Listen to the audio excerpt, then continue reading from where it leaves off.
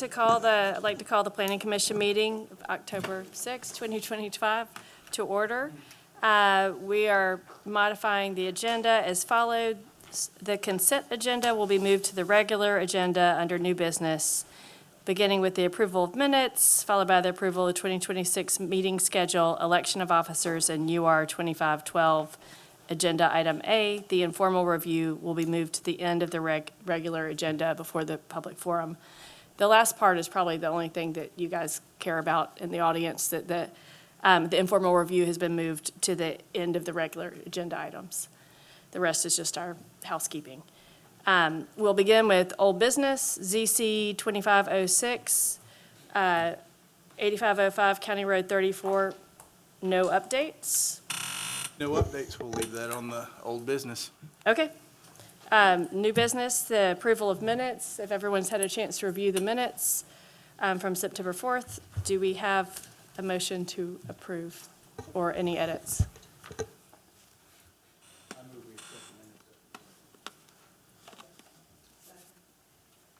All in favor? Aye. Aye. Any opposed? And I will abstain. Okay, and then the next item is the approval of the meeting schedule.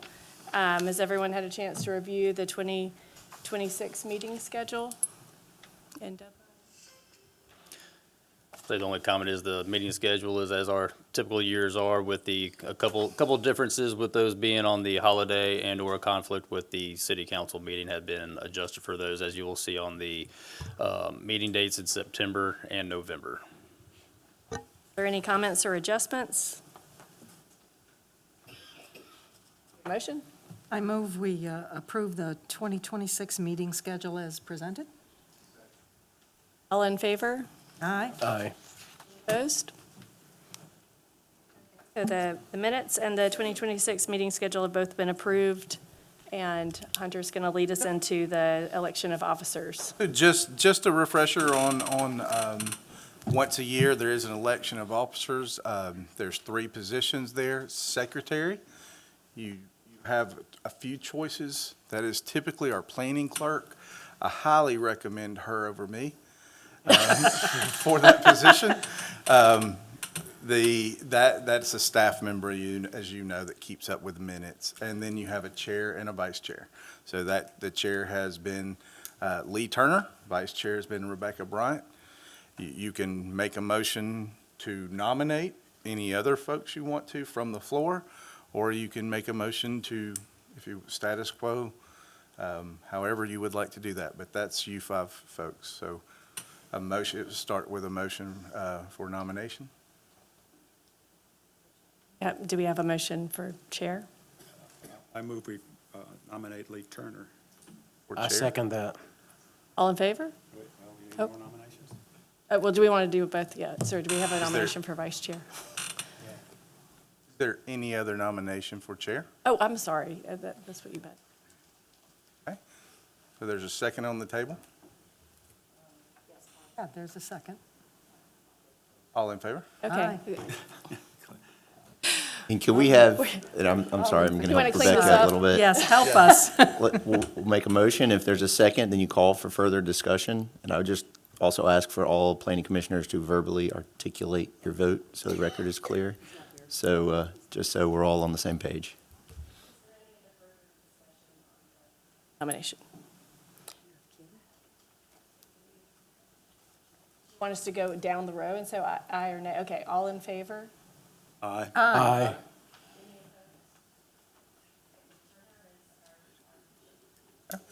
For 2026. Nomination for vice chair. And can we make a motion for status quo as far as whoever's in office, be in office and remain in office next year? Yes? I make that motion. I second it. Discussion, any other volunteers?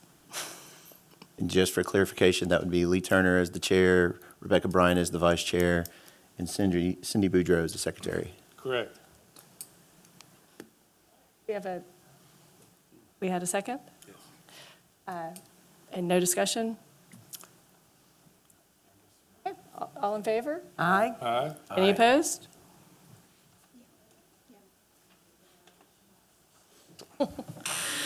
We got through it.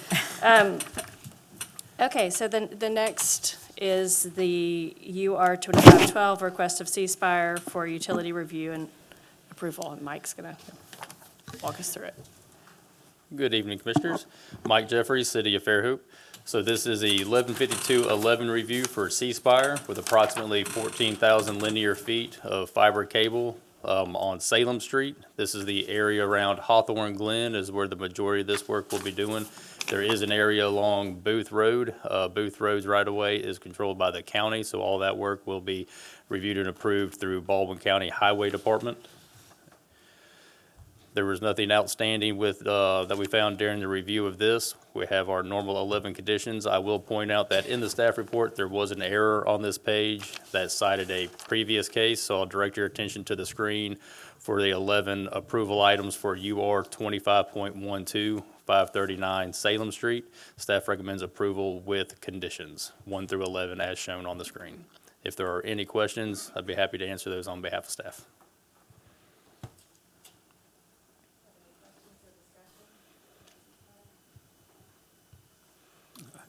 I move we approve UR 25.12, 539 Salem Street utility review, subject to staff conditions. All in favor? Aye. Any opposed?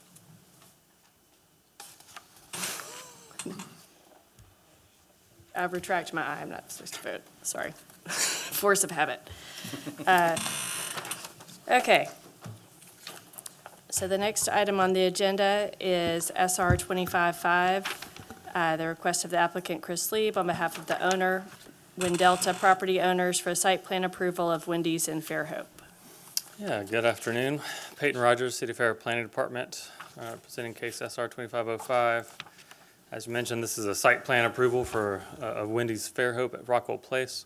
Approximately 1.07 acres located between Bushel Drive and State Highway 181. The property itself is zoned B2, General Business District. I've got your locator maps on the screen here illustrating the surrounding zoning on the left, as well as the aerial imagery on the right. Aerial imagery is a bit dated. There's obviously an apartment complex and some roads there nowadays. I've also included the site plan for your reference. The elevations for the proposed Wendy's, as well as the landscape plan. So as you're aware, Article 2 of the City of Fairhope zoning ordinance sets forth the criteria for reviewing site plans. This is the criteria that staff goes through when they review the case. As you can see, the vast majority of this criteria is compliant. Setbacks, building site coverage, traffic drainage, etc., dumpster screening is all compliant. I will point out 2 items that we will discuss in a little bit more detail. The tree and landscaping plan, as well as parking for the site. Tree and landscaping, a tree and landscape plan was submitted with the application. However, we didn't receive any comments from our city horticulturalists as to whether or not it is fully compliant. It appears to be compliant, but that's just something we would like the applicant to coordinate with the city horticulturalist before the case went before the city council, just to verify that it is fully compliant. The parking plan, the parking on the site plan does show a surplus of parking spaces. 20% overage is allowed on the site. The site is illustrating 19 spaces. The only issue here is that it does not illustrate any pervious spaces. Any overage in parking and required parking is required by Article 4 of the zoning ordinance to be pervious material. They would need to provide at least 3 pervious parking spaces to be fully compliant with this requirement. Something that can be adjusted, again, on the parking plan prior to the case going before the city council, should this be approved. Drainage for the site is taken care of through the drainage plan approved in the final plat. For the development, numerous connectivity points are illustrated on the site plan, connecting concrete sidewalks to existing asphalt path along 181, and connecting to Rockwell Boulevard, another from Bushel Drive to the parking area. And of course, dumpsters are illustrated on the site plan as well with compliant screening. This one's pretty simple. Staff recommends approval of SR 2505 Wendy's at Rockwell Place site plan review with the following conditions. As I mentioned, just to provide pervious parking in compliance with Article 4 of the zoning ordinance, at least 3 spaces will be required. And then coordination with the city horticulturalist on submittal of a compliant tree and landscape plan prior to the case going before the city council. And kind of a boilerplate requirement, all signage has to conform to the sign ordinance at the time of permitting. No signage was proposed with this application, but it is something that will have to be addressed at the time of permitting. I believe the applicant is present to answer any questions you may have of them. Of course, staff is available should you have need of us. This is, a site plan review is not a public hearing, but it's a courtesy if anyone in the public has a comment, we would entertain that if you'd like to speak to it. If not, then does the developer wish to speak?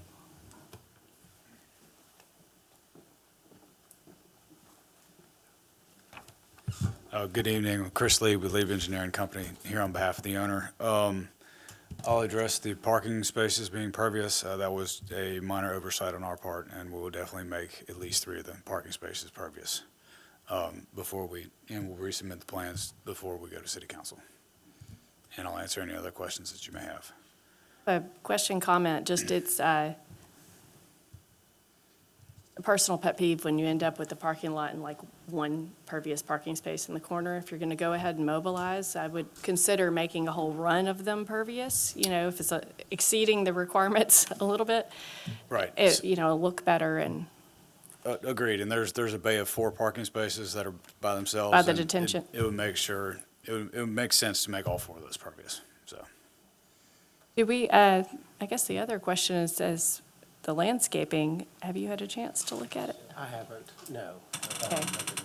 And we looked at the dimensional requirements, and I think we're comfortable that that's fitting. I think our horticulturist is The out of height. town.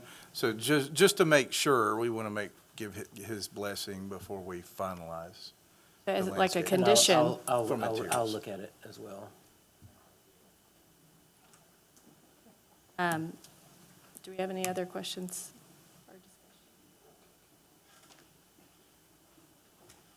So that should be that is a staff condition already, right? Yes. Is this south of Rockwell Boulevard? I'm sorry, we closed the public hearing, but It's north. Never. want to speak? I mean, if anyone would like to speak, we can. We want- answer those It's questions. just, Okay. it's adjacent to Rockwell, just to the north of it. Okay.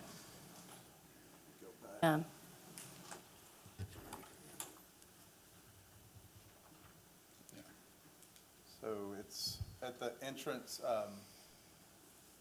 make sure we can hear. This is at the entrance, it's right across the entrance from Publix on the other side of the road, so right at the entrance to the north. And you can see kind of the yellow, it is a little faint yellow over pink here. It'd be that lot. And the entrance to Publix would be here. Okay. Oh, we'll accept a motion, Just a reminder, this is a recommendation to the city council. not an approval.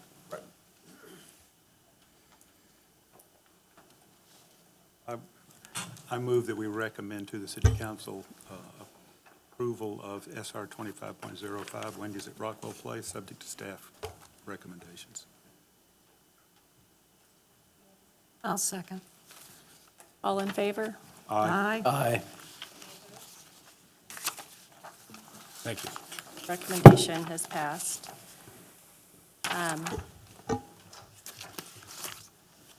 So SR 2507, Jade Consulting on behalf of Planters Point LLC. Do we have, Commissioner, yes, I was going to say the applicant is here and does wish to table this case, so we have no need to go through the slides. If you would just like to invite them up, they can formally do so at this time. okay, would the applicant like to approach?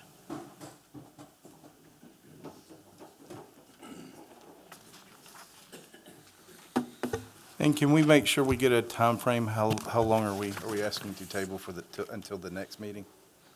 I was going to ask about that, actually. Paul Marcinko, Jade Consulting. I was very hopeful that by this evening we would have something worked out with the express oil to the south. I could go into excruciating detail of how we got here, but I guess our request is to table this at the moment, likely indefinitely. It could be next week. It could be a month from now. I'm not certain when it will be. We have spoken to Express Oil, and everything seems good to work out something for a cross-access resolution, but at this time, we do not have that solution, so we'd like to table it this evening. Okay. We're comfortable with it indefinitely. On this particular case, we don't want to rush and try to get back in front of you. Okay, we in a wanted to couple get of it right. weeks, But if it's right, and just to give you the 10-cent overview, Express Oil Change was approved last year, has a permit ready to start construction. As you all know, we've tried to reduce the curb cuts on roads and asphalt, and Advanced is proposing a shared access that we think can work. So to give them time to work through those details, we're on board with. So that it coordinates with what was already approved. Yes. So we don't need to vote on a table, right? This is your decision, so, or, correct? I would go ahead and just to clarify. Let's vote just to accept the Accept the- applicant's tabling of it indefinitely. Okay. We have a motion. I move we accept the applicant, Jade Consulting, on behalf of Advanced Auto Parts, request to table this indefinitely. Second? Good. Aye. Any opposed? Anybody? Okay, thank you. Okay, well, that gets us to, where did we go? ZC 2509, the public hearing to consider the request of the applicant J Consulting on the behalf of the owner, HE Properties, for conditional annexation to R1 low-density, single-family residential district for Hilltop North. Peyton? Yes, ma'am. Take it Again, away. Peyton Rogers, City of Fairhope Planning Department. This is a conditional annexation to R1, low-density, single-family residential. Again, we've got our zoning map here on the left to show you the surrounding city zoning districts, the aerial imagery on the right. I've also included a boundary survey provided by the applicant, which illustrates the property lines highlighted in green, and then you can also see the existing cell tower on the property in this image as well. The subject site is currently located within Baldwin County jurisdiction. There have been no City of Fairhope Planning Commission or Board of Adjustment cases associated with the site. As I mentioned, the property is located within Baldwin County jurisdiction, currently zoned BCZ, Baldwin County zoning, or excuse me, Base County zoning district. The Baldwin County zoning ordinance does not provide dimensional standards and is kind of vague regarding this zoning designation, as it's intended to be just a placeholder within their ordinances. However, the surrounding zoning within the city to the south is currently zoned TR, Tourism Resort District. South of the property subject site, you also have Hilltop subdivision, which is zoned PUD within the city of Fairhope. Everything to the north, east, and west, however, is similarly zoned BCZ. All the abutting properties are either undeveloped or utilized for residential uses. And as I mentioned before, there is an existing telecommunications tower located on site, which, if approved, would become a legal non-conforming use. Illustrated the county zoning here for you, letting you see all the surrounding BCZ. The Fairhope zoning ordinance describes R1 districts and allowed uses as being intended to provide low-density residential single-family homes on large parcels of land. R1 zone properties are required to have at least 15,000 square feet of minimum lot area. The subject site, being almost 14 acres, has upwards of 500,000 square feet of lot area. Staff does support the requested R1 low-density single-family residential zoning designation if approved by the Planning Commission, or recommended approval by the Planning Commission, approved by the City Council, as it is the most analogous to the surrounding lots' dimensions and existing land uses. It's worth noting that if approved, the city regulations will apply, of course, at the time of annexation, and all future development must comply with current code requirements. All uses allowed or permitted within the proposed district would also be allowed at this location if approved. As I mentioned, staff recommends approval of ZC 25.09 Hilltop North conditional annexation. I believe the applicant is here for answer any questions you may have, as is staff.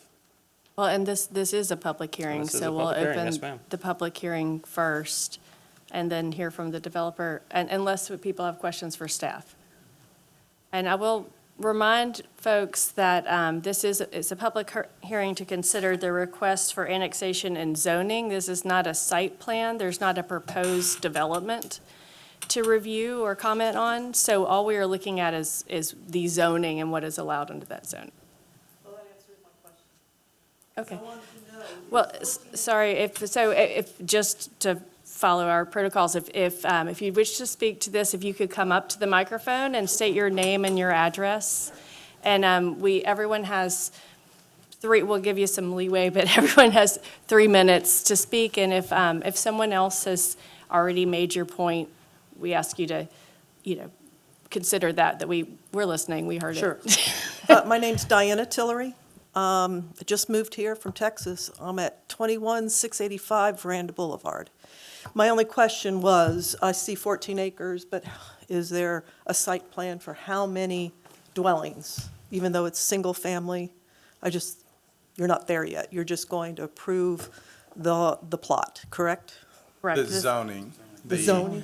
There would be another public hearing for a subdivision case, Okay. most likely a preliminary plat subdivision case that would be back in front of the planning commission that would also be advertised when appropriate. Okay. But So theoretically, that could be years from now, it might be in 2 months. Got it.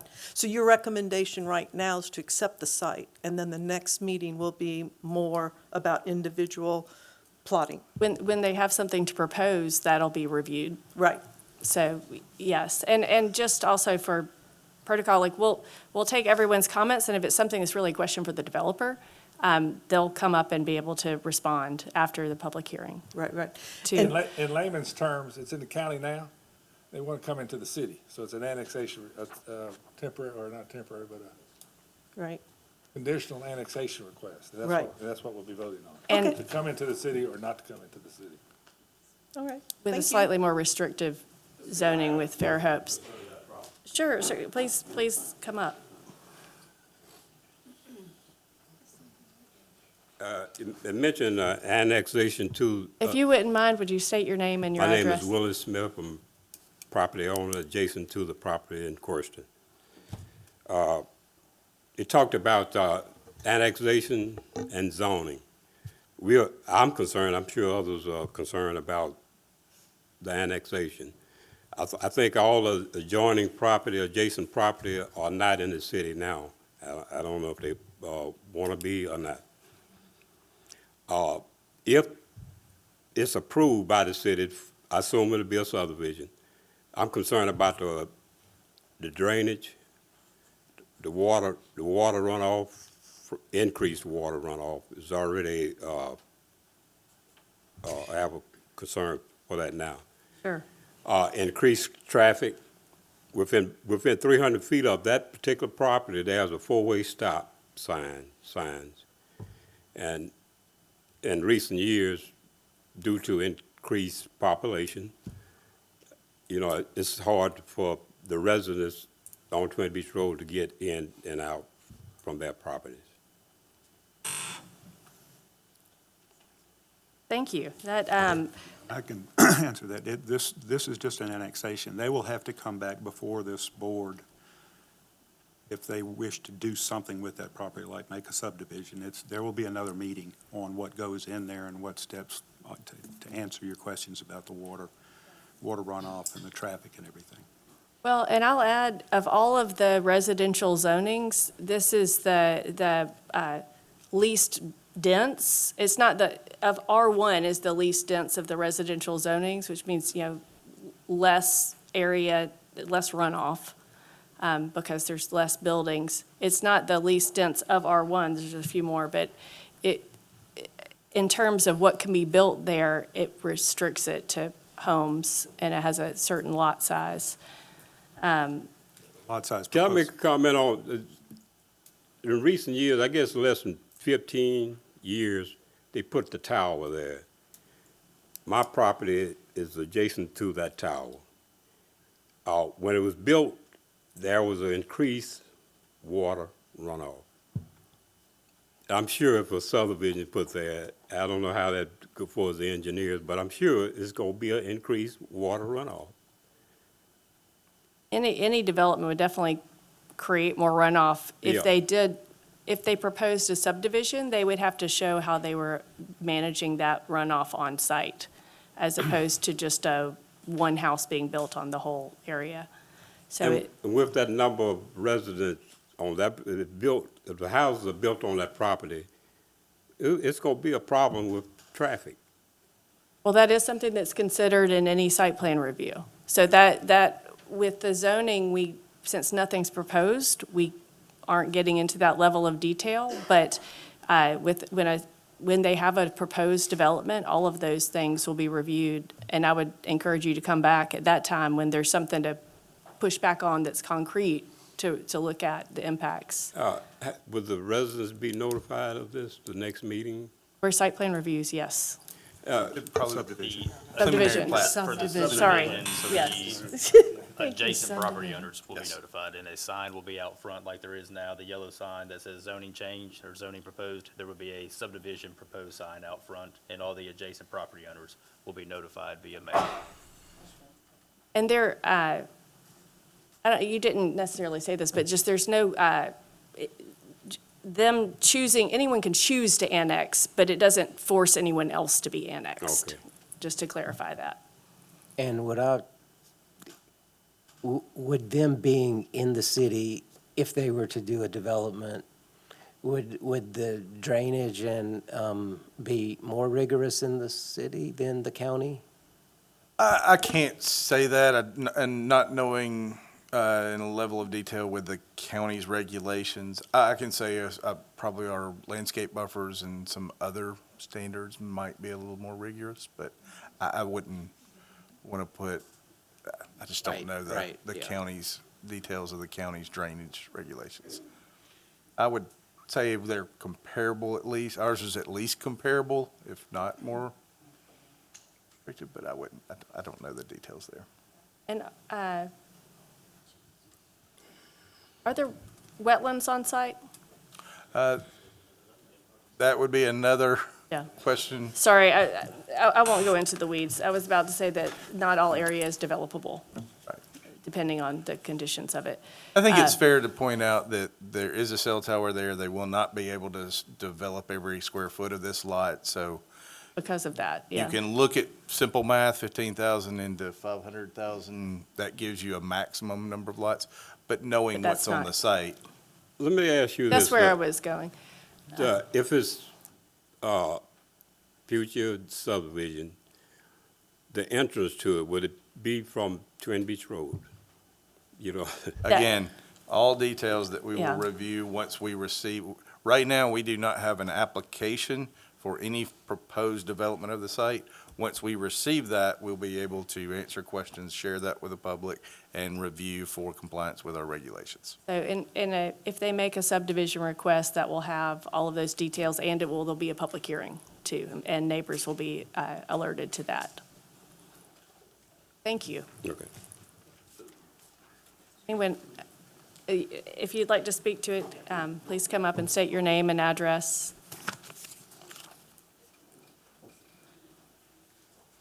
Good evening. I'm John Scarborough, and I'm on the Hilltop Board. Excuse me? Your address? 6837 Pettioli. And I just have one comment and to clarify. Hilltop North is not part of Hilltop.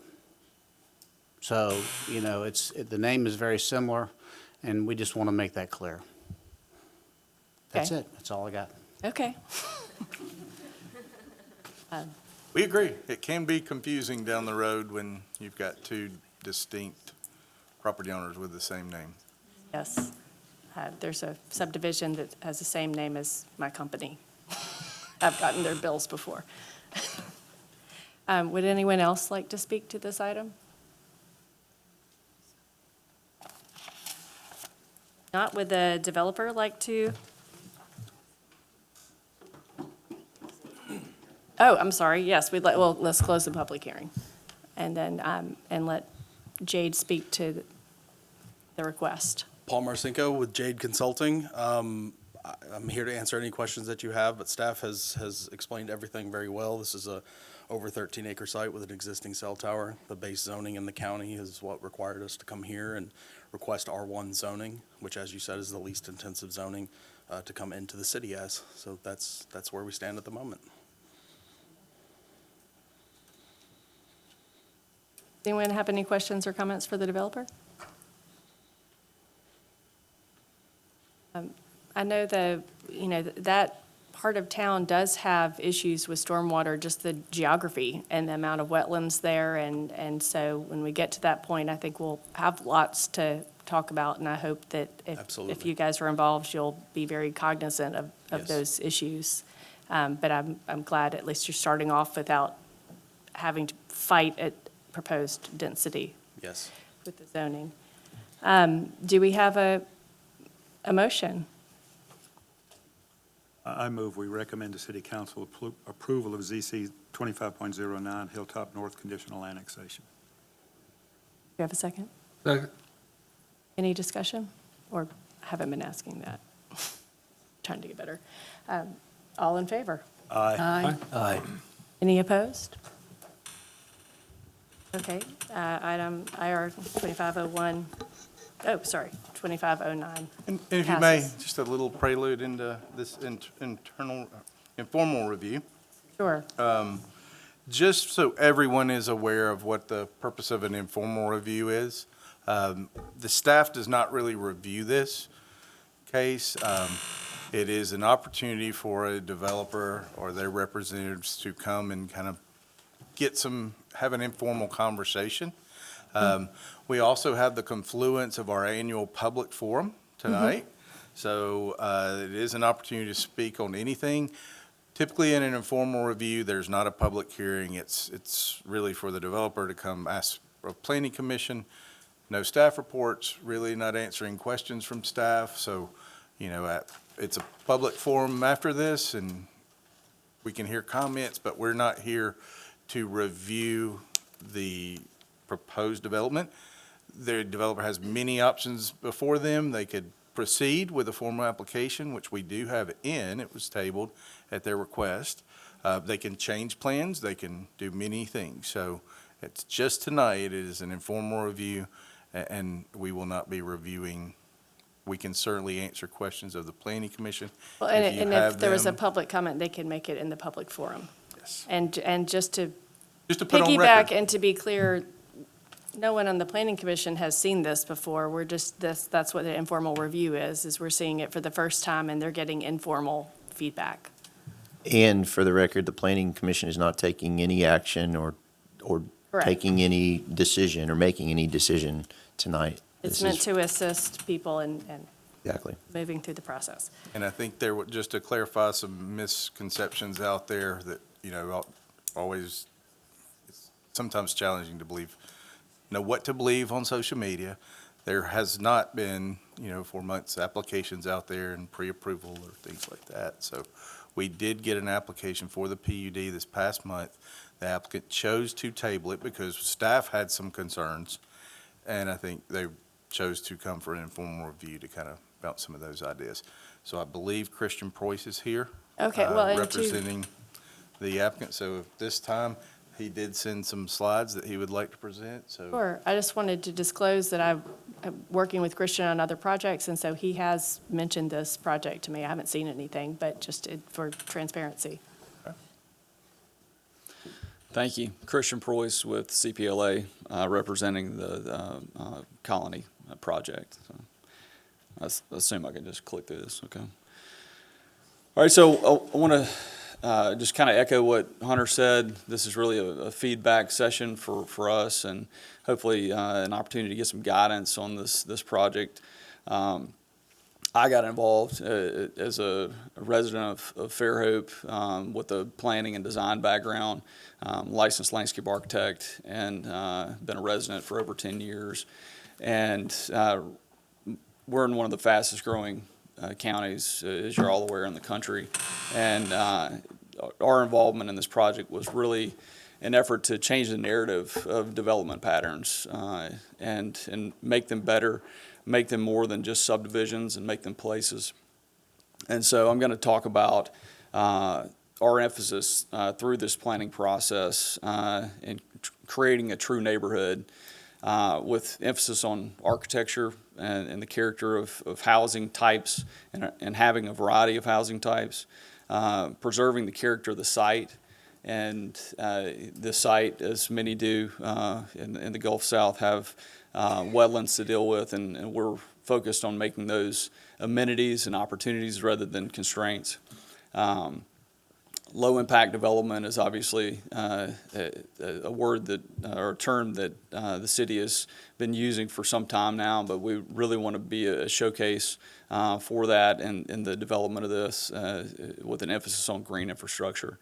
There, as you'll see as I get into the plan, there's a strong bent towards large public spaces and a large cohesive green space network that runs throughout the site. As Hunter mentioned, we have been in this process for a while and had some good discussions through some previous meetings with the city at the last formal, not informal review when the this plan was being presented. They did have a lot of good feedback. Also had some discussions with residents, a lot who are in the room tonight, and really taking the feedback to heart, as hopefully they'll see in the evolution of this plan. We are about as conceptually far along as we can take this. Nothing's been engineered to date. But again, we're really just trying to seek guidance on how to move forward, because currently there is no mechanism in the current zoning regs to create a traditional neighborhood development as planned. So there are a variety of product types throughout the development, with townhomes being one of those. Have you clarified the location, just for the record and the public? Oh, well, just in a second, yeah. I did want to talk about the housing types in the development, then I'll talk about the context in the plan real quick. So there are townhomes in the neighborhood as planned, showcasing how those can be done and with rear lane access, with an emphasis on the presentation of the more beautiful side of the home oriented towards the street. Cottage lots that again have a character similar to a lot of the places that we know and love. Homes close to the sidewalks, front porches, just a really inviting and vibrant streetscape. These are some examples of projects that we've been involved with that have those types of lots, and some have the opportunities to face larger green spaces with rear access from the alleys. Then manor lots, which is just kind of a slightly larger lot up from the cottage lots, and those could be both front-loaded as well as rear-loaded. And then lastly, the estate lots, which is the largest lots, can also be front or rear-loaded.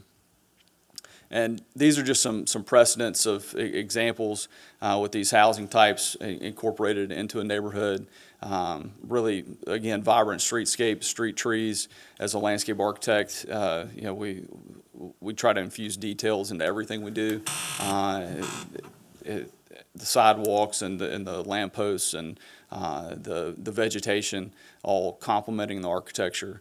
Large civic green spaces that kids can play football on, or there's a fire pit in this example, and more intimate, smaller green spaces that homes front on.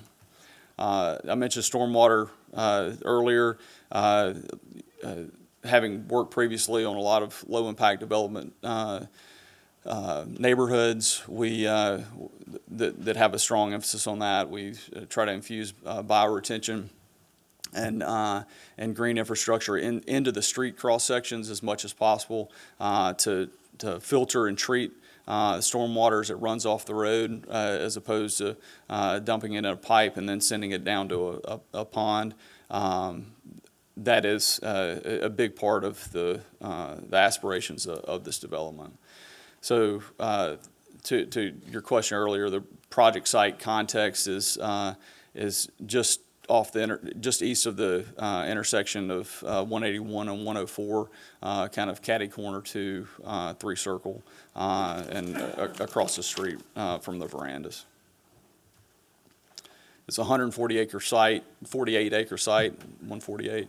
And as you can see, there's a large finger of wetlands that goes throughout the site, traverses north to south, with some feeders into that branch. And we, again, are focused on preserving as much of that as possible. We got some good feedback from the planning administration on adjusting our plan to preserve those even more so.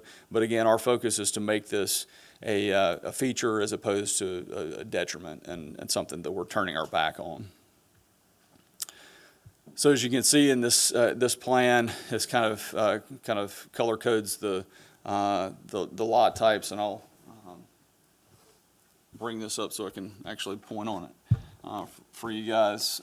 So our entrance is directly across from the verandas at 104, and it bends to the northeast and preserves the wetlands that are coming into the site from 104. That was one of the elements of our feedback session with the community residents. Is we had a previous plan that showed some more townhomes kind of orienting in that direction, and there was concern about homes fronting that road, or more of a denser product fronting that road. And so we've really created a large buffer and green space along the frontage to kind of create an inviting park environment, and also intend to use berms and creative landscape treatments to really make that an engaging edge. As you get further into the site, there's pockets of townhomes in the brown, but then it feathers out to cottage and manor and ultimately estate lots on the northeast.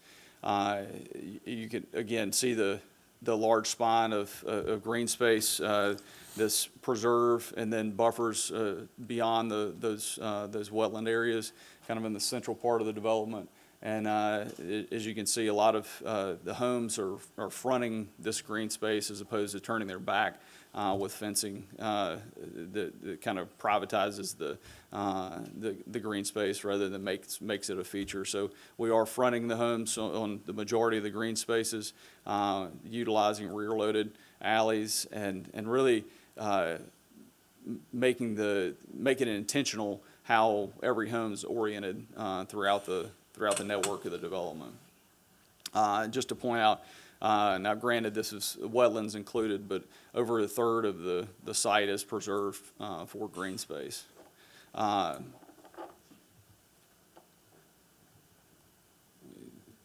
gonna go back. I'm gonna focus on the green space real quick. And this drawing just highlights those all the pocket parks and the network of green space throughout the overall development. We do have parking and built into the cross sections of the streets with all of these the cross sections kind of incorporating parallel parking, and we will have pockets of parking near some of the major parks within the development. We do have some roads that vary in width from 34 feet wide to have parking on both sides of the road to 30 feet wide with parking on one side. And so these are, again, preliminary cross sections that we're working through and hopefully be refined if we had a mechanism for moving forward. But this is kind of the level of detail that we're at now. a lot of pedestrian circulation throughout the site. Obviously, the streets will have sidewalks on both sides of the street, and this spine through the middle of the site is really intended to be a greenway feature that connects the northern side of the site with the southern side. We do have this greenway is kind of a depiction of what that looks like with kind of reforested and restored wetland area going through the middle, and homes orienting towards this greenway trail that goes along the edge. Then the Colony Park, which is a 3-acre park on the northeast corner, intended to have more active uses, possibly a performance pavilion with restrooms, and could be basketball or a playground. But again, you can see how these the homes front the green space, and that's a perspective view of what that could look like. Then we have a opportunity for more of an active spine through this cottage court with these homes fronting a pickleball area and another connection to the larger trail system on the bottom of the page. Also have plans for dog parks, kind of nestled in certain pockets of the development, and a splash pad area that would be I think a home run for younger families to live around this court here. Our team has gone through an exercise of branding and started incorporating those into some potential signage types that could be seen throughout the development. And so our emphasis as we get into the next stages of design and planning is to really flesh out what the place is going to look like, define the architectural character with pattern books, and what these elements look like that are incorporated throughout the vertical character of the site.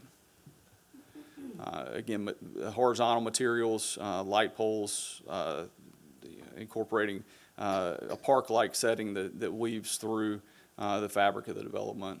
There will be some boardwalk crossings, traversing some of the wet areas, and really continuing that spirit of connectivity. So that is where we are to date. Again, this is another opportunity for us to gain feedback so that we can get a better understanding of how the city would like for us to move forward in our planning efforts.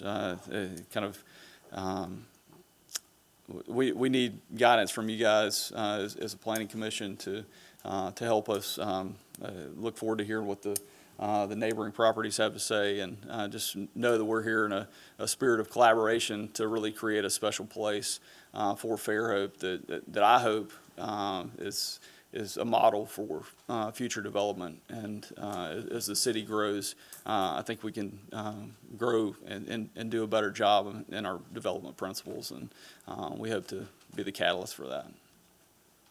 Thank you. Thank you. How many acres is the total property? You said it, but I forgot. 148. Is there any connection to the commercial property that's at the junction of 104 and 181 That's without having to get out on 104? That's a great question. We do have, I'll go back to this. Maybe. If you can see on this diagram, the colors don't really read, but we do have a potential connection to this right here, to this side, and then to the development to the north, and then a potential future connection to the south here.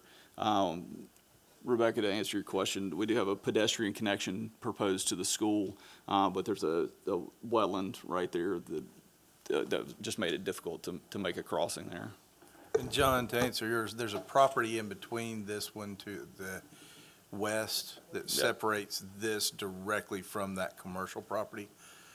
As they're proposing, there would be a stub out to the residential to the north that could come back around, but until that other property developed, you couldn't make that direct connection.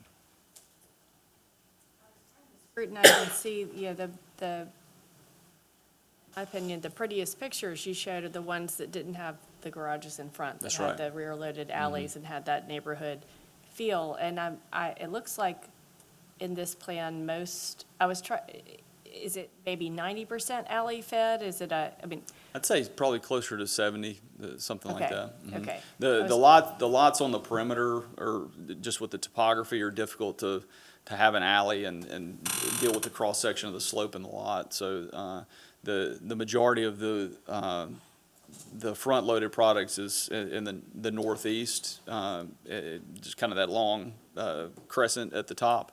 But the majority of, really, the core of the development is all rear alley loaded. You have a drawing that shows the right-of-ways? Which roads are going to have what right-of-way in this Yes, sir. development? I mean, you've this got- is still a diagram, but Okay.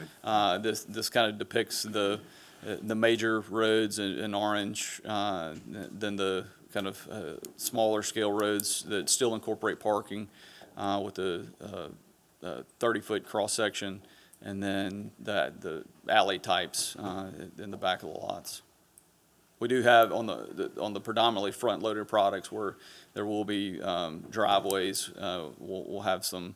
We will have a 20-foot wide pavement section, so parking will be in the driveways. But on the rear-loaded products, the parking, each unit will have a garage and parking in the rear for guests as well. So. Oh, okay. Is the plan for this to be built out, is this a developer building, or is this to sell to different home builders, or? So the plan is for the developer to partner with one principal builder, Level Homes, and they would really set the standard for the product types within the development. Roseanne is a project that they've partnered on in the past. That's a very successful development in Baton Rouge, and they've got a really nice skilled housing types for a neighborhood like this. And as you can see, based on the current listings in that development, the attention to quality has driven the home prices, up as the desire to live in that place has grown.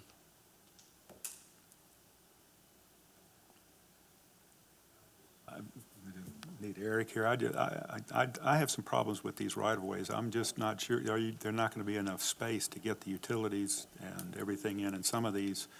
I mean, you look on the east side, or actually in the middle, unless you plan on putting utilities in that green space, you're not really going to have right-of-way to put anything in.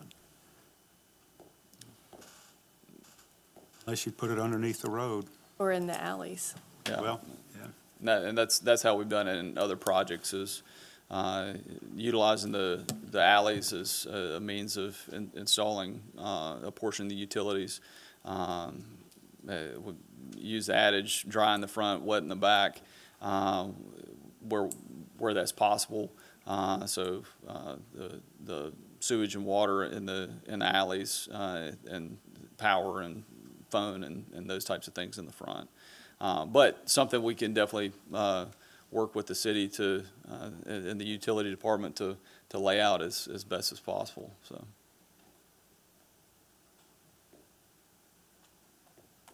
But these are standard right-of-ways for traditional neighborhood how development. big are the cottage lots?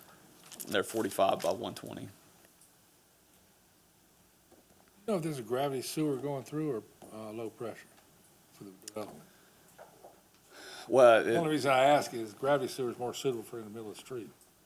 true, yeah.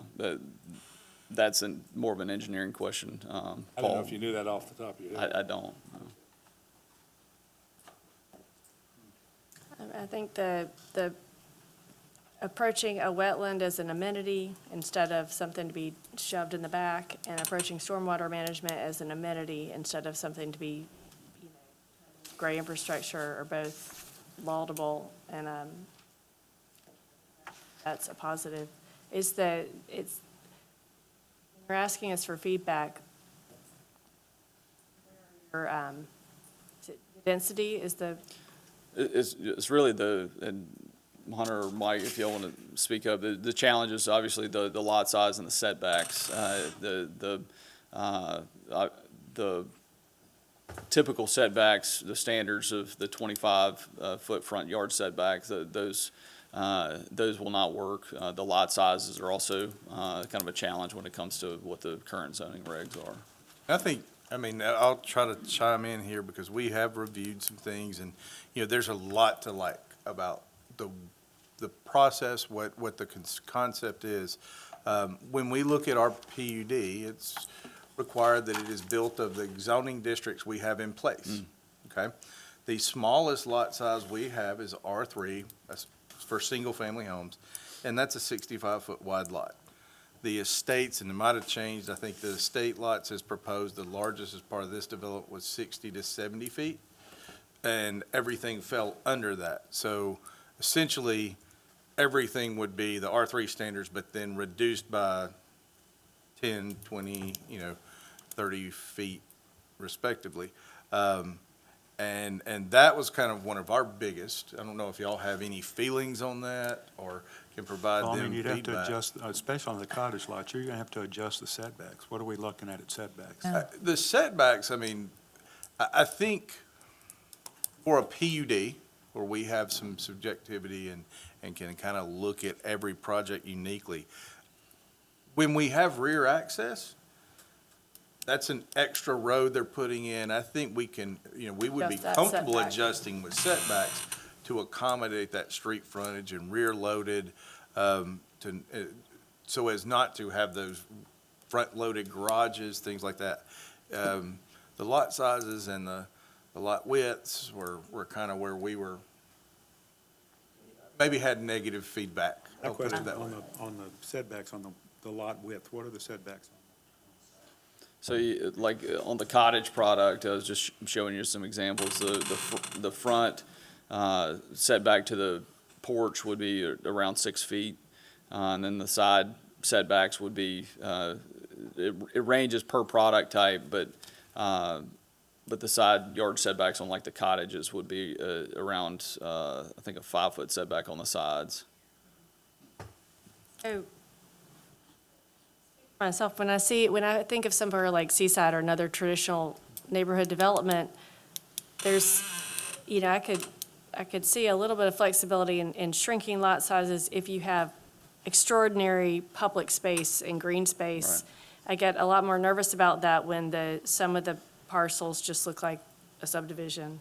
So then why would you do that? If, because then you're squished and you have a big driveway in the front yard. Yeah, right. So that would, if it were all leaning towards that, we are creating new urbanism, it's walkable, we're creating a public space for people, and we've got this extraordinary open space, I can see a trade-off, but there's a little bit of an inconsistency. Do you think there's an inconsistency in the plan with that, or? Well, seeing the more suburban type, I'm reacting to images. Okay. I would be a lot less. Pictures, which doesn't necessarily translate to pretty. I'm concerned about the density. We're talking about 432 homes on 148 acres. And how much of that is green space?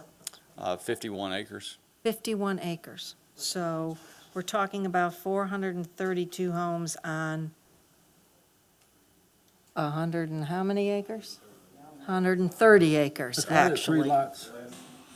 Across the street from this development, now I'm trying to picture the area around it, are the verandas, correct? Larger lots? Estate-size lots? And let me remind everybody, because it's hard when we're here and we are streaming Right. this. So if we can limit the comments until after we close this one and have public comments, there's a lot of other noise in the ear, in our ear. But yes, there are 3-acre lots across the street and what I then one or two lots on the other portion of the verandas. So while I personally like the idea of something non-traditional, to me, this is very dense in an area that is not so dense residentially. It's almost like putting a city in the middle of a field. To me, that's my personal opinion. And I don't live far from there. I like the idea of the walkability. I like the idea of the open space and the wetlands being used as a park, but I'm not comfortable with 6 feet between homes. Maybe 10 or 12 with both setbacks, but, Well, not with the eaves hanging. Not with the eaves. okay. That's my personal opinion.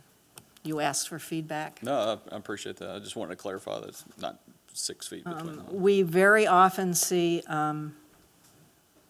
pretty pictures, but what we often get is not those pictures. So, yeah, I like the concept, but it seems very tight to me. Okay. Very tight. I can't imagine where guests are going to park when they come to visit, or if a family where they have teenage children and each of them has a car, where those cars are going to go. Well, just a comment, I mean, relative to these neighborhoods that we've been involved with, I mean, there's parking on just about every linear foot of the streets with the parallel parking. And then some of these homes have, 3-car garages in the back, and parking pads in the back as well. So anyway, that's, again, I have 3 kids and we have quite a few cars as well. But it is done all over the country, in similar fashions like this, so. I will say with a lot of the PUD applications we see, we're asked, we talked about pretty pictures, and then what do you get? The more you have a pattern book, you have teeth to the standards, like we have some clear assurance that this is really, even if it gets sold, even if, something changes, this is really what we're gonna get, that helps a Pattern lot. book. I agree. And I'm not sure on like the PUD, like what all elements make this the PUD, or the kind of PUDs that we want. And I know we talk about like the PUDs being the exception and not the, the every development that comes before us is a PUD because, of that, and that's kind of what we're trying to work towards. But I don't, besides for the smaller lots, Good question. Thank you. Very good question, and I don't want to be too overly critical, because we do, we've talked about, y'all know what the village districts are. There are components of this that are very good. And it's kind of tough a little bit right now because this is a zoning case. We don't look at the details of exact dimensions, but we try to consider that. So if the wetlands are protected and that's what you're protecting, then what is the extra? So if, and I don't know the math, but theoretically, if 51% is protected already, or 51 acres is kind of protected, then what's the extra? We've got great smaller spaces, and some are not so small. When you're looking at this scale, some of those are bigger spaces. So I think that would be,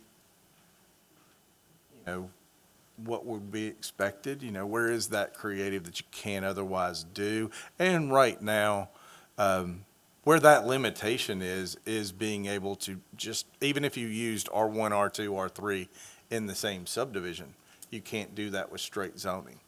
By mixing them in interchangeably with blocks, and we've kind of acknowledged that, even with some of the zoning amendments, we said we need to have another option for PUDs. So that is something we're working on. I know we've had a couple of, conversations about that. We don't have that ready yet.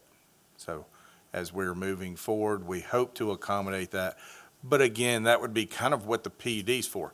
use our building blocks, use our R1, R2, R3, and do that, and then have maybe some exemptions from setbacks, things like that, that you can adjust. But I will say we've seen projects like this going back where it's interesting, we've got one that was approved in 2005 that does not expire. So we're meeting this week with somebody that's about once or twice a year, we meet with someone that, picks that up and wants to pick up that baton. So this is very much a concept that is familiar to Fairhope. A lot of times those have commercial components with them. And that helps to create that But I traditional was neighborhood. Going to comment on is just like I previously said, if you're going to be more dense, exceptional green space, exceptional stormwater management is sort of that counterbalancing. But the other thing that makes it work is walking to something other than houses. And if you can walk to have dinner or to a corner store, I mean, if you look, the Fruit and Nut has some tiny lots, but people walk to the bay or they walk downtown. They have a place to go. And that, I feel like that is sort of missing, that could add some vibrancy, what we're seeing. Yeah, that's good feedback. Commissioner Murch, that's a tough, because this is subjective. With a PUD, it's subjective. What does make it exceptional? And, we're trying to guide with the regulations. It's subjective, and I think that's why they inform more like, do you have the gut that this is exceptional enough to kind of negate, the lot sizes, the things there to, that's a hard one to be faced with, without much time to absorb the plans with anything else, so. Any more comments or questions for Christian? Anything else you would like to add? I think that's it. I do appreciate the feedback, and we'll definitely take that into consideration. And just to clarify the point about the green space, the 51 acres is not just all wetlands. That's all encompassing of the civic space. I would say over a third of that is dedicated civic space. So you're looking at probably a 3.5 acre area on the northeast corner. That central spine going through the townhomes. That's probably another almost an acre, a little over.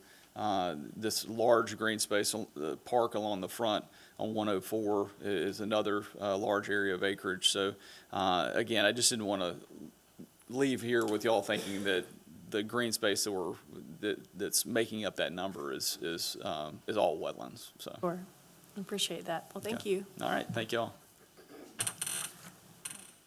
Brings us to annually, we have a public forum where we invite the public to, it's an open forum for any planning issues you would wish to discuss or bring to our attention. It's not necessarily, we don't necessarily get to solve them right now, but we will listen. May I? Yes. That is, we do this once a year. Most of the changes in the regulations are usually proposed by the city council, planning commission, or staff, planning director. This is our opportunity for, an open forum with the public to see, if there's any suggestions. It's not intended to bash any certain projects, but it is an open forum, so say what you will. But we do encourage, we like that feedback to try to help us as we navigate regulations and amendments and how to move forward. So do Wonderful. encourage constructive criticism of our regulations. Sure. And anyone who's streaming this and didn't realize that it was the public forum today, you can also obviously email or mail comments to the planning staff at any time, and they'll still be heard. But I would ask everyone to please try to hold to 3 minutes, and be cognizant if your neighbor has made a point, you can second it, but we don't need to rehash the whole point. And the same as before, if you have something, if you'd like to speak, please come up and state your name and your address for the record. So with that, I guess we open the public forum. Sure. I need to get to some visual stuff here. My name is Ben Gould, and I live at 21735 Pillar Street in the Verandas. So that's my interest in this. How can I get to those? Hit the right area, it's at the very end of the slideshow. Okay. You'll just need to hold it.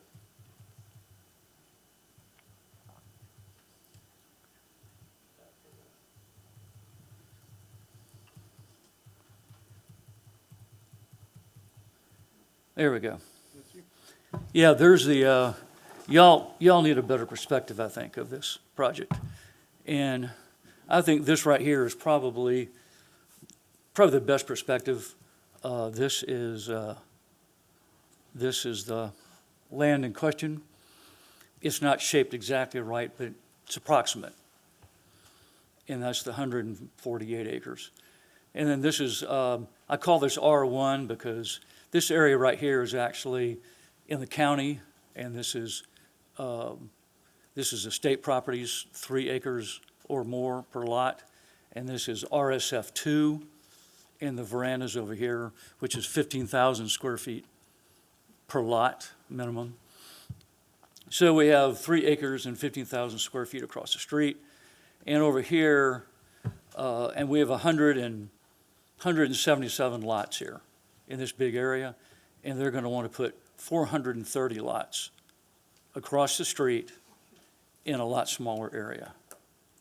So this is kind of an example of what's going on here. This is only 380 lots here. It's actually 432, and this is ours. So that's the comparison from up above of what is there now as you would call it R1, as opposed to what they want to do. And y'all mentioned the fact that you think it's too dense. I think that's an understatement. I mean, it's kind of not with the character of that neighborhood. And right here to the east of their development is a small family farm. So that's what's there. You were wondering about places they can walk to go to restaurants and stuff.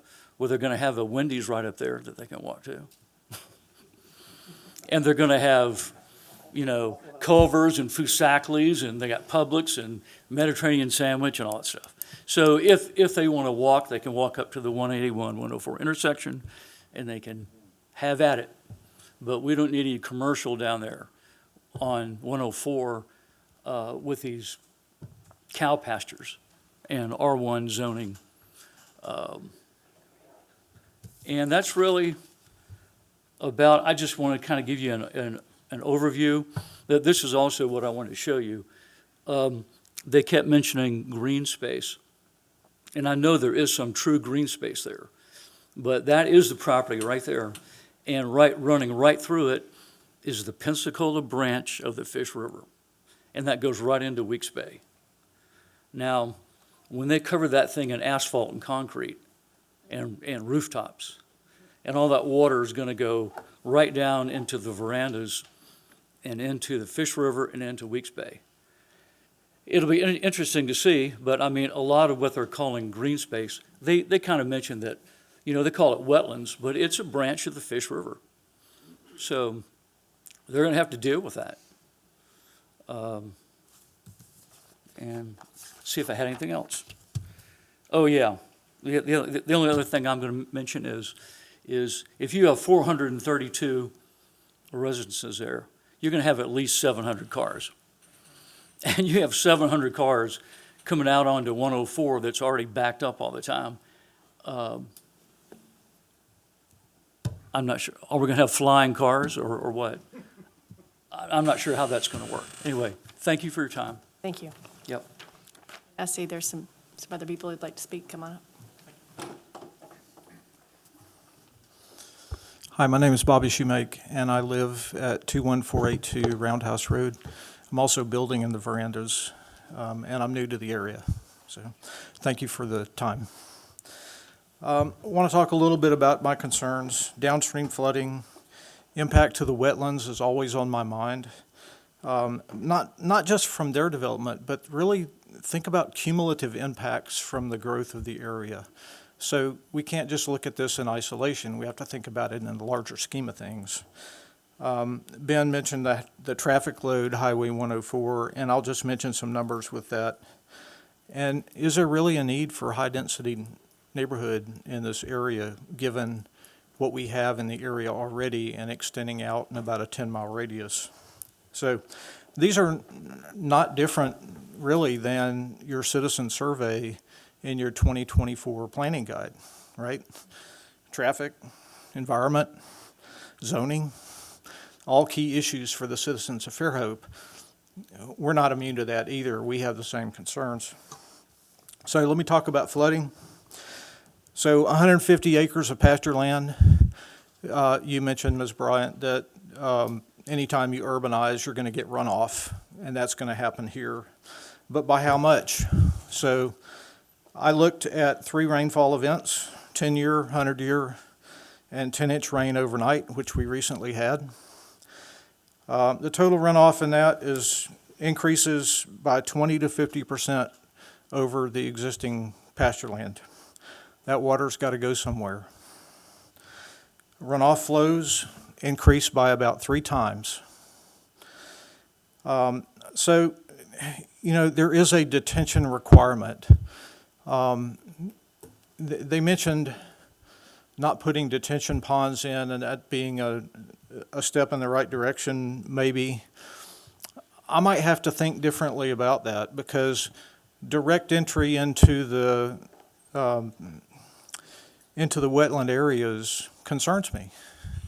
I would rather have a buffer. They would still have to meet the stormwater quality requirements in the code. Yeah, and the weeks-based study that was done actually identified water quality issues in the Pensacola branch. So we already have those issues. Additional runoffs are only going to add to that. So I would encourage you to think seriously about the cumulative impacts of the runoff here. And I would hope that we would try to address the more complicated issue of crossover between City of Fairhope and Baldwin County when it comes to that kind of thing. As to traffic, just looking at planning level estimates and the Institute of Traffic Engineering studies, for just a 25% residential occupancy and a 60% commercial occupancy, which they had in the previous diagram that we had, it's about 90 to 130 vehicles per hour in the morning peak and about 175 vehicles per hour in the afternoon peak. At capacity, those numbers rise to 300 to 400 vehicles per hour. It's an issue. Traffic is an issue. And so I would ask you to really think about that. Something will have to be done, whether it's more lanes, whether it's signals, whether it's roundabouts. We have to manage the traffic in that area, regardless of what's built there. But the truth is, the more homes, the harder it gets. So the real easy answer to this is to reduce the density. And you solve some of the runoff problems, and you solve some of the traffic problems. It's not an end-all, do-all, because it's growth in the area. So I hope you will consider that. Those things are consistent with your plan that the citizens said, let's reduce traffic issues, let's address zoning and need. By the way, those 25% numbers I used for occupancy, that's the current build occupancy of the Harvest Green subdivisions just to the northwest. I actually rode through and counted houses. There's 15% occupancy in there, right? There's 25% build. There's about 400 home sites in those areas. So they're nowhere near capacity either. So I would ask you to do that. The citizens of Fairhope deserve that consideration that I know you'll give to them. the residents of surrounding Baldwin County have those same concerns. Thank you. So we have, and I will say that this is a public forum to speak more generally about, but we are about our planning ordinances and zoning ordinance and our regulations, but, we appreciate feedback on the informal review, but nothing has been presented. We're not, there's no vote happening. I will say we've heard, and on every project that comes in front of the commission, we're considering traffic and stormwater and health, safety, and welfare, and that's part of our, what we're charged to do. So we have heard concerns about density, traffic, impacts to Weeks Bay in the Pensacola branch. But if anyone else, we'd like to hear if you have anything to add to that.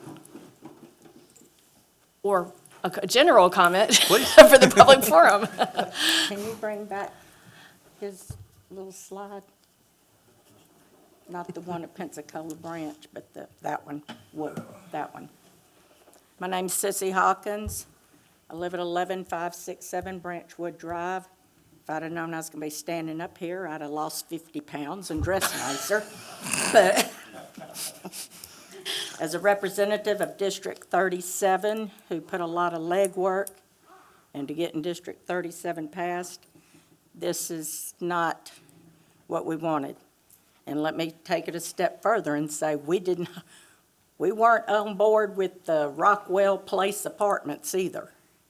But the commission voted on that, one agenda item before they voted to accept District 37. That's all I'm going to say about that. A Cordy is a Cordy. But this is not our intentions of maintaining. We want to maintain a rural environment. We're not against growth. The map y'all have up there right there to the right of the verandas, that northeast corner, we just shot down commercial development across the front of it. We did approve the Randall property for R2.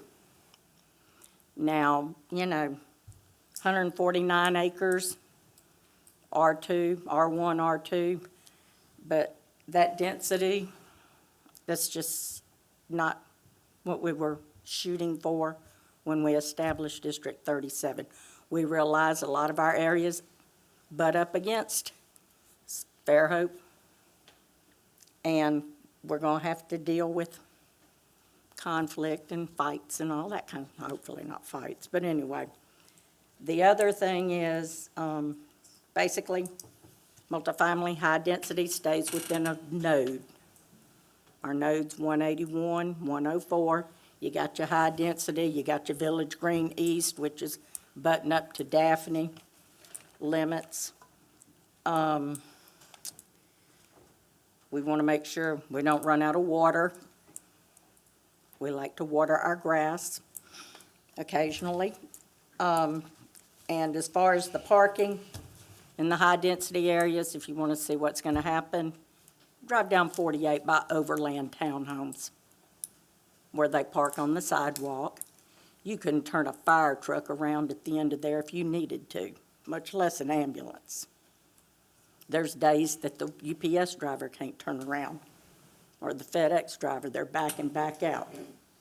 So you keep with the high density, you're going to have it everywhere. They already have enough for exit 104 and 181, and right north of it as it is. Please remember, we are in the county. We love the city of Fairhope, pay our taxes, our school tax. We shop here, pay our utilities, and we're going to try to be good neighbors.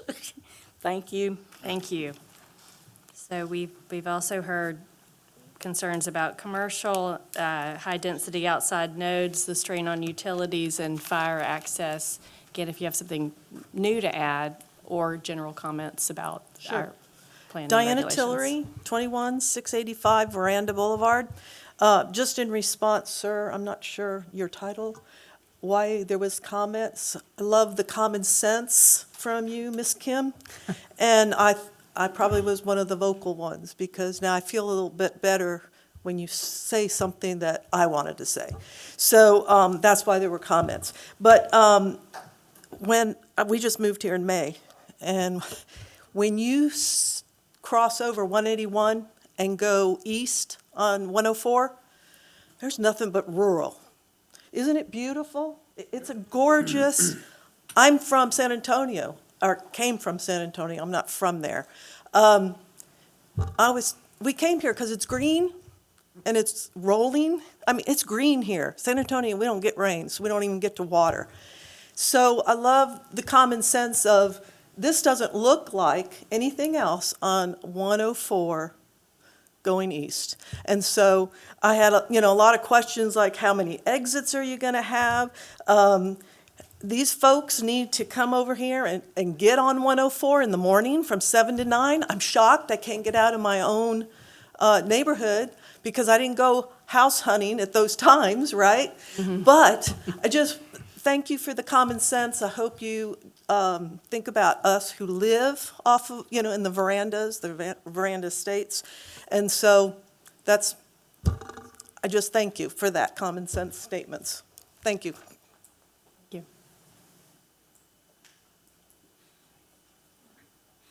Else from the public who'd wish to speak?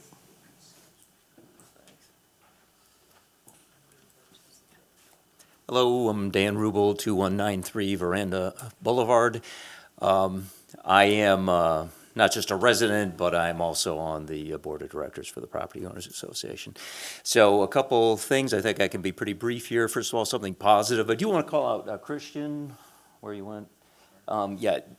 They did amend some of the things that were on the additional PUD that they briefed us on. So there was some movement there. I'm very happy to see that they did have their ears open when we were speaking with them. So the initial concerns were going to be about the commercial on the front road and about the townhouses on the front road, but those seem to have been abated. I'll take a look later at what actually comes up. And then also when I was speaking with him, we actually had a brief discussion about Seaside, and Rebecca, you had just mentioned that as well. And I do agree there are some components which are harmonized with that. But there you have the forcing function of the beautiful Gulf Coast there, which ensures that people are going to want to flood in and fill those small units. And in this case, we don't have that there. So I don't think that would directly apply. And I just wanted to reinforce as the positive note that since they had removed that commercial strip, that was something we were all very interested in it going away. And I heard you, and I agree, there are times and places like in the Fruit and Nut District where you absolutely want to be able to walk there, but our position was that, at that meeting was that we didn't want to do that. So thank you. And Kim, yeah, definitely, city in a city is what it seemed to be. It was injecting something that was different from what was around it. So again, thank you for listening to that. And I think as long as a few more compromises are made, there's no reason why they can't come, because we know development's coming, and build some beautiful houses there. Okay, thank you. Thank you.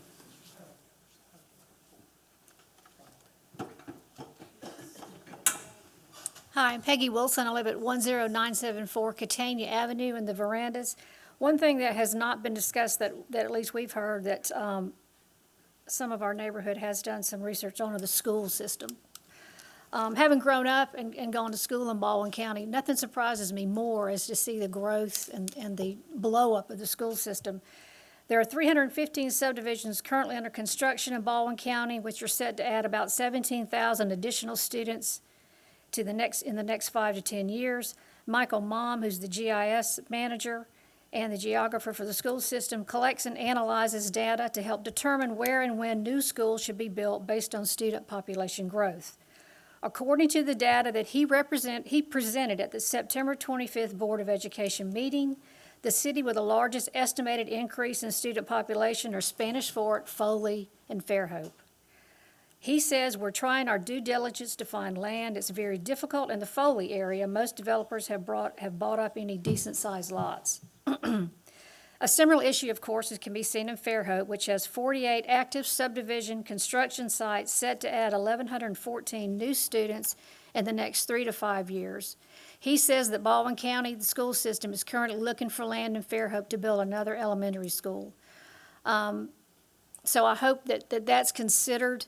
I know that y'all had talked about the kids that'll come to this kind of subdivision, and, you know, the school system is woefully overcrowded as it is. And as far as Seaside goes, Seaside is a horrible example to use for anything like this, because if you've been to Seaside, especially during the holidays, you can't walk, you can't ride a bike, you can't even walk on the sidewalk. So please, if you're going to push something, do not push Seaside. Thank you.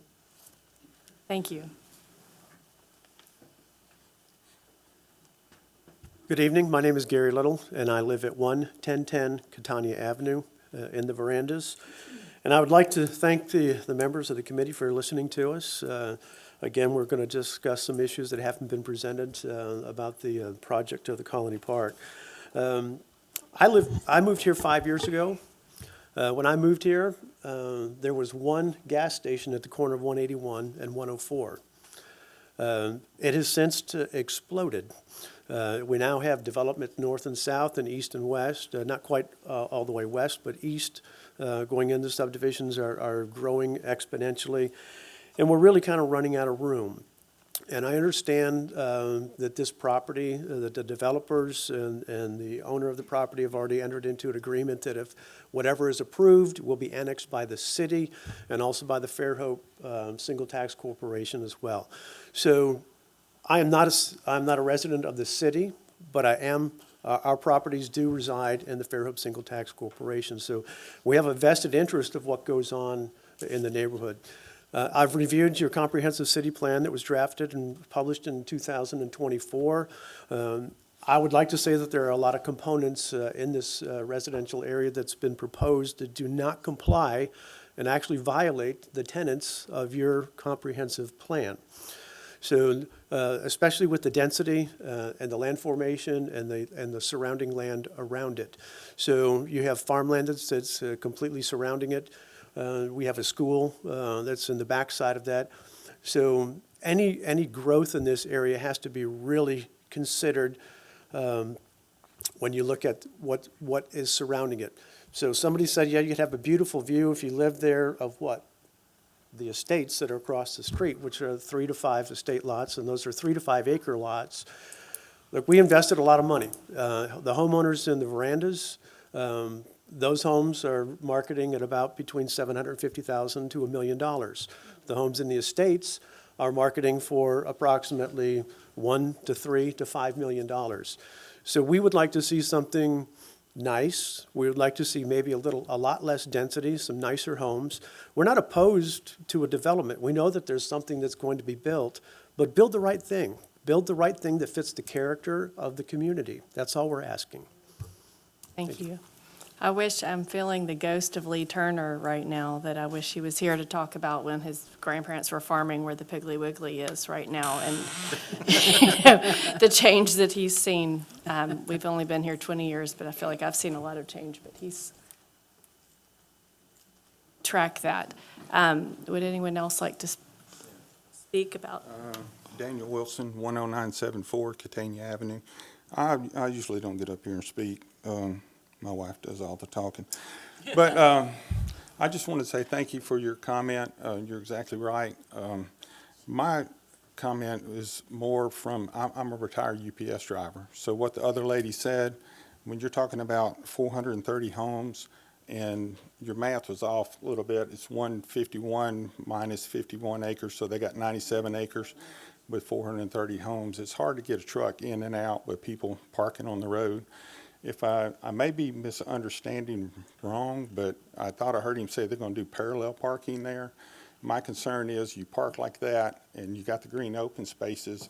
As a UPS driver, I was always concerned that kids are running out between the cars and having to watch for that. So to me, that wouldn't be a good plan if I'm understanding that correctly. And the last comment I'll say is, a UPS driver, I never got to come up here and speak to you people like this. But when I look at the map up there and I see it's R1, and then they put in a subdivision like that at 400 homes, I go, what happened? Why didn't we follow what the plan was originally, like some of these other people said? So I'm not opposed to the development. Make it a good development, make it nice homes for the people. But a 70-foot lot is the biggest lot.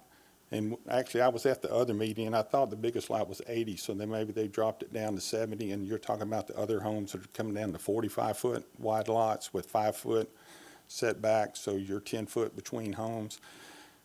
Make it nice. You got nice stuff around there. That's all I got to say. Thank you. Thank you.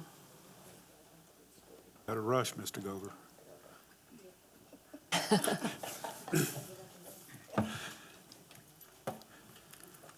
Good evening. My name is Gary Gover, and I live at 300 Lincoln Street. My thoughts for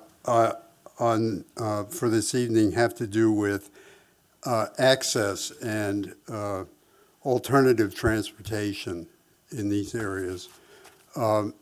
And it especially interesting situation in this area along 104 and the highways of 98 and so on. The highways kind of entrap people that are wanting to bicycle, especially the increasing popularity of electric bikes, including for children all over the place. The low-speed vehicles, the extreme popularity of those in Fairhope are trapped by the highways. So getting people out of those vehicles and permitting them to access the public schools, the commercial nodes that are all around this place, the public parks, the recreation facilities, the public schools, is not working out at all.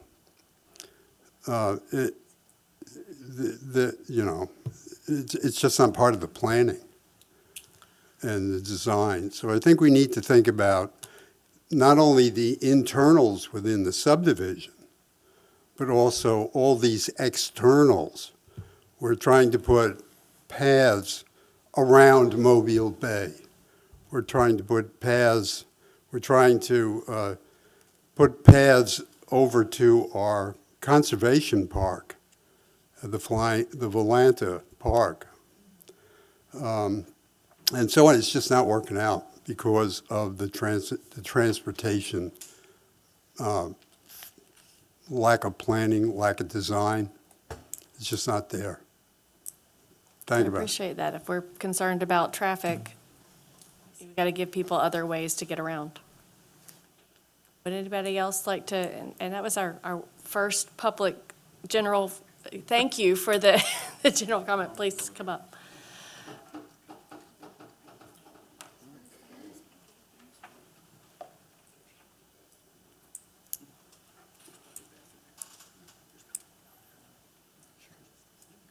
I'm Bob Allen. I live way up in the north country toward Belle Forest, but I just want to follow up what the gentleman just said. I like to bicycle too, and I was just wondering how much emphasis in your planning documents are put on maybe expanding the bicycle potential here in the Fairhope area, tying into the county with some of these other communities.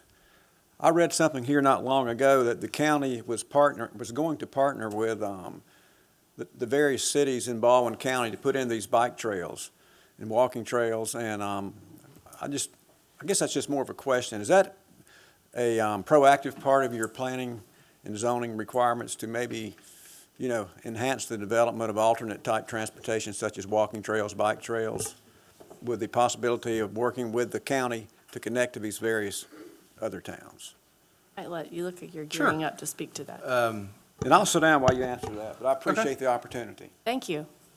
There is a visionary document that the cities, Fairhope at least, I can't speak for all cities, have agreed with Baldwin County and kind of mapped out locations and certain streets that as they get developed, as they get work put on them, if there's a repaving project, things like that, that there will be attempts to try to access. Some of those were more pedestrian, some bike, some both, so some low-speed vehicles.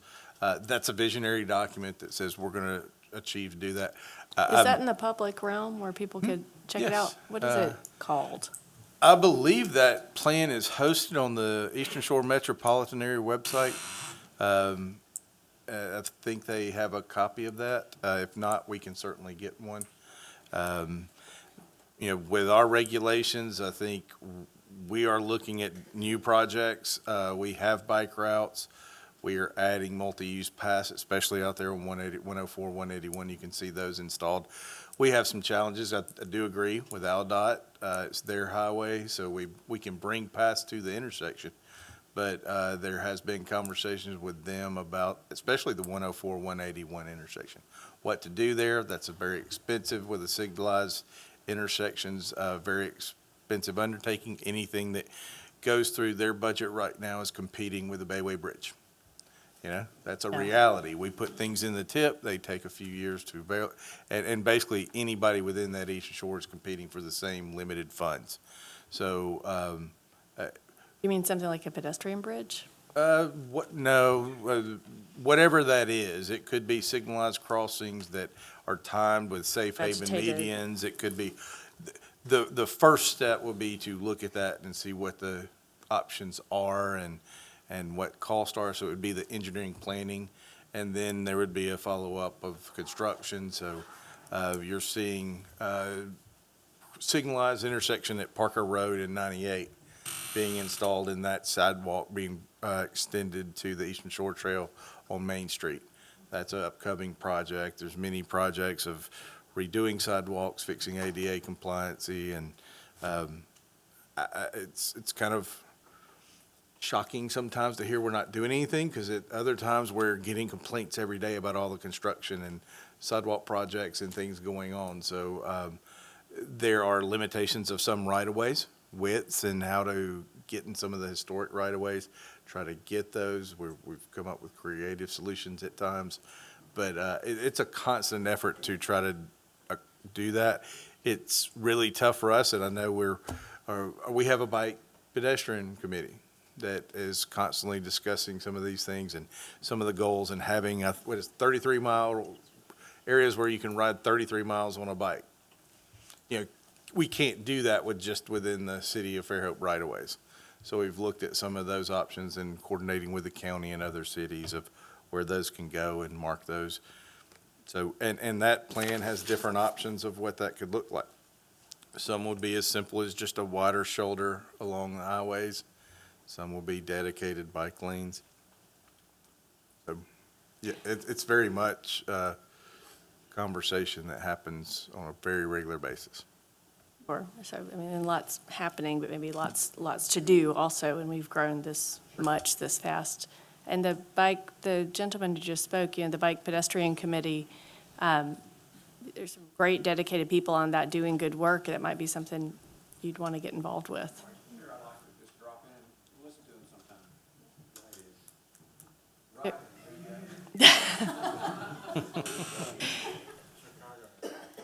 Real quickly, I know 104 is a designated a bike route. Could you come back up to if, I really wasn't worried coming up. I'm just going to say, Highway 104 is designated as a bike route. I'm not going to put my bike out here on it. okay. We heard him. I We hear get ya. complaints all the time with people listening at home. Well, he said Highway 104 may be a designated bike route, but he's not going to put his bike on it. Right. And there's also two parts of it. There are physical changes you can make for safety, and then there's driver education. And we're sort of low on the driver education in the southeast generally with bikes and pedestrians, and so that's the other side of the challenge. I'm with you. And that was a visionary document. I'm not encouraging you to go on some of those, Yeah, straight lines good and go Lord. take your bike out there. Be That's safe. why I said it's a visionary document, not Yes. installed yet. Please be safe. Yes. Sure. Aaron Touchstone, I live in the Verandas, 10872 Atrium Avenue. I just have a question. What's the plans for 104, State 104? Do you have any idea? Are they going to widen it? They're going to 4-lane it all the way to 59? Anybody have an idea what they're going to do with it? Not at all. Yeah. Okay, because if they do, they're gonna turn it into 59. It's gonna be a racetrack, so. That's an I know that LDOT. a lot of That's a- houses that were was- sold yeah. in, I know Yeah. a lot of houses were sold down on, by Silver Hill because they're worried about it expanding. So I just knew it. I know wanted- there's a highway construction setback of almost 200 feet along most of the things that front that, so if they ever need Oh, so that's room what made to people expand nervous. it, they've got it. Yeah, but that's But there's definitely out of nothing our on the- purview. All Yeah. right, thank you. Yeah, thank you. Would anyone else in the public like just come on, okay?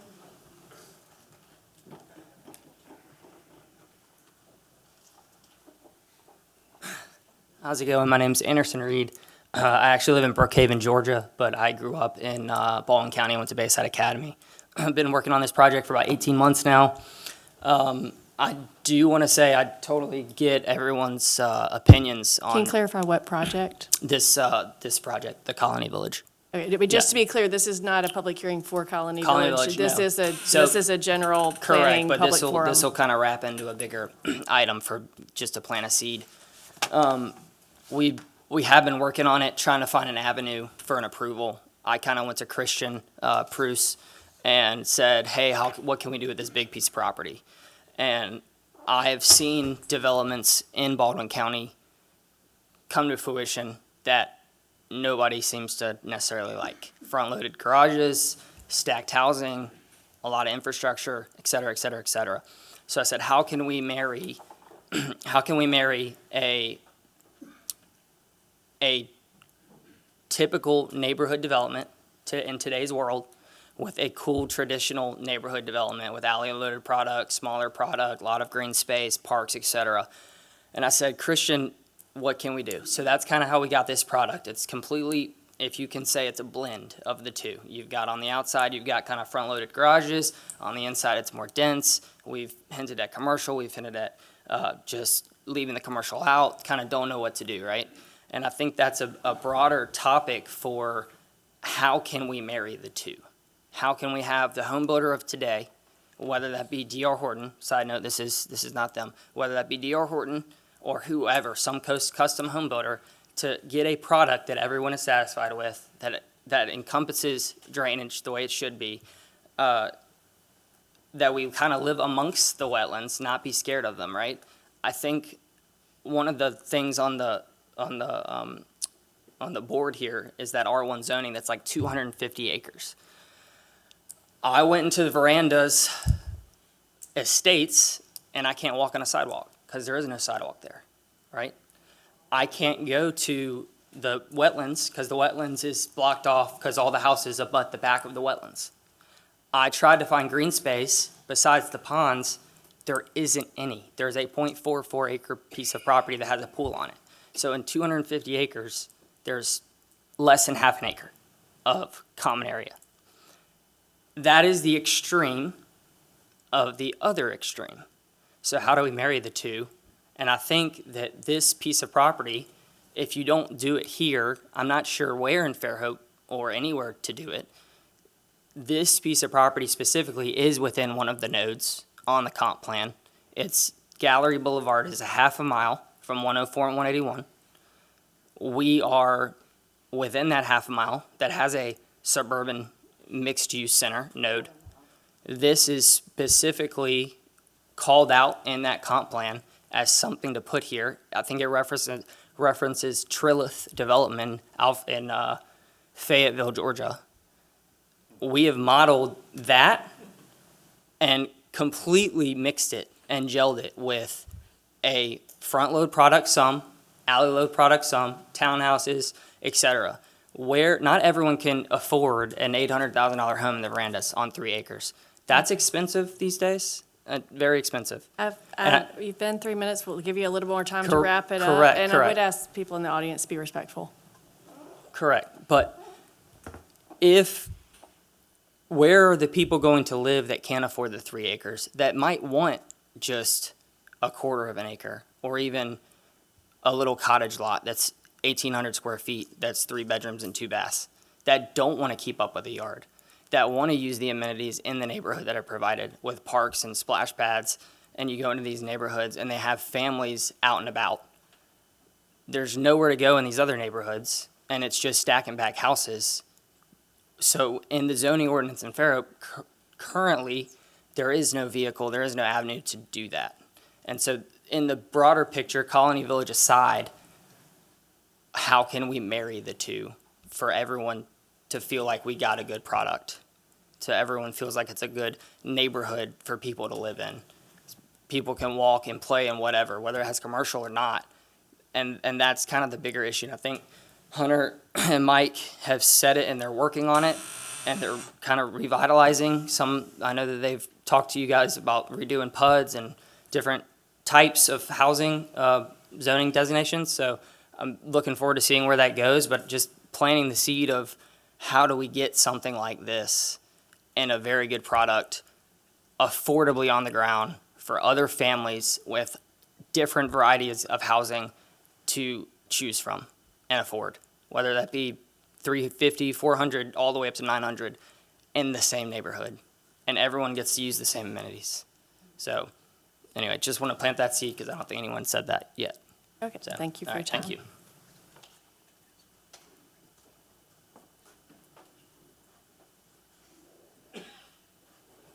That is, anyone else who'd like to speak? Okay. Close the public. Okay, I will close the public forum. It's not a hearing, but we'll close the public forum and accept a motion to I adjourn. move we adjourn. All in favor? Aye. Any opposed? No discussion?